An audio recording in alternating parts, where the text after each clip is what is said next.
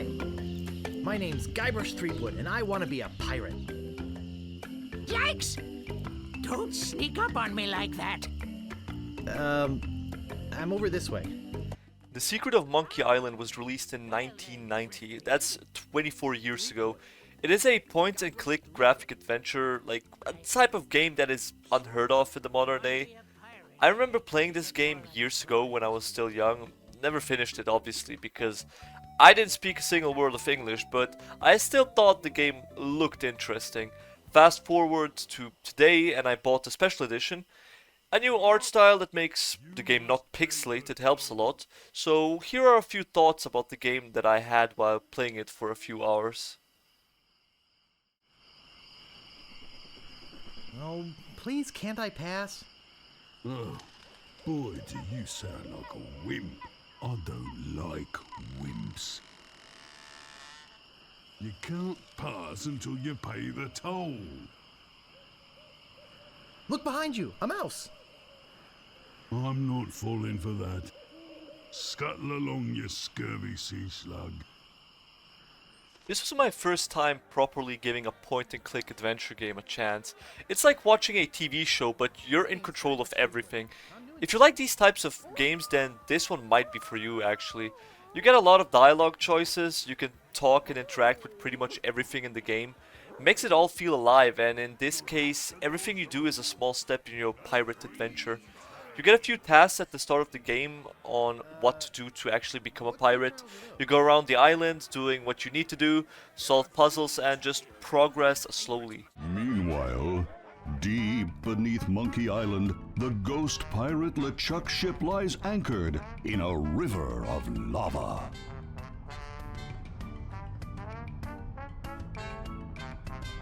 Captain LeChuck, sir. There's nothing like the hot winds of hell blowing in your face. No, sir. Nothing like it. Sir. It's days like this that make you glad to be dead.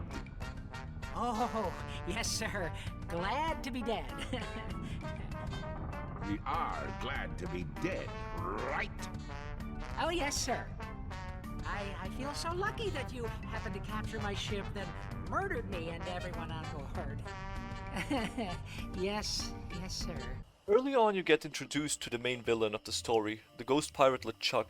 Now that you understand who you are playing, what your goal is, where you are, and who the villain is, the story unfolds. I played for a few hours and I was really hyped to play, but sadly I just couldn't really get into the game that much.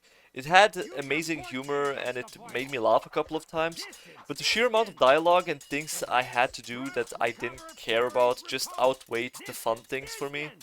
The Secret of Monkey Island isn't a bad game, but it just isn't a game for me. I think the reason games like this aren't made anymore is just simply because there are a lot of other options that might be a lot more fun to play.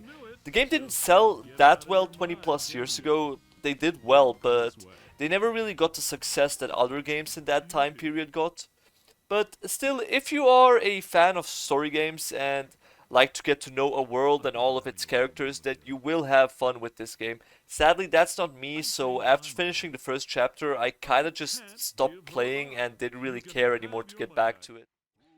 The first game was released in 1990, and just 1 year later, in 1991, they released a sequel, Monkey Island 2: LeChuck's Revenge. It was a improvement on the first game in every way. More things to do always meant more story in these types of games. Then it would take another 6 years in 1997 to see a third game, The Curse of Monkey Island. This game had a totally different art style though, and it was a lot different than the previous two games, but it was in its core still the same old type of point-to-click Monkey Island pirate game. In the year 2000, 3 years after the last game, they did something different again. Escape from Monkey Island wasn't your average 2D point-to-click adventure. No.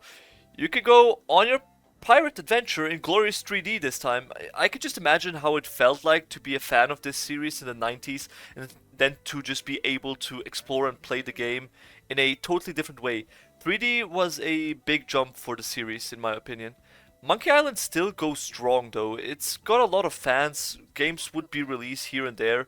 The latest one from what I could find was a game called Return to Monkey Island in 2022, which again had a totally different art style. But the thing with all of this is just that the games have their own charm about them. They are interesting to the point where even people like me that don't like these types of games think they are cool. To end the video on a positive note, Monkey Island is one of those games from my memory that always stuck out in a good and positive way. LucasArts did a great job back in the day in creating such an iconic series, in my opinion. Everyone should give it, like, at least a try. Anyway, it's been Chaos, thank you all for watching, and I will hopefully see you all in the next video. Bye guys.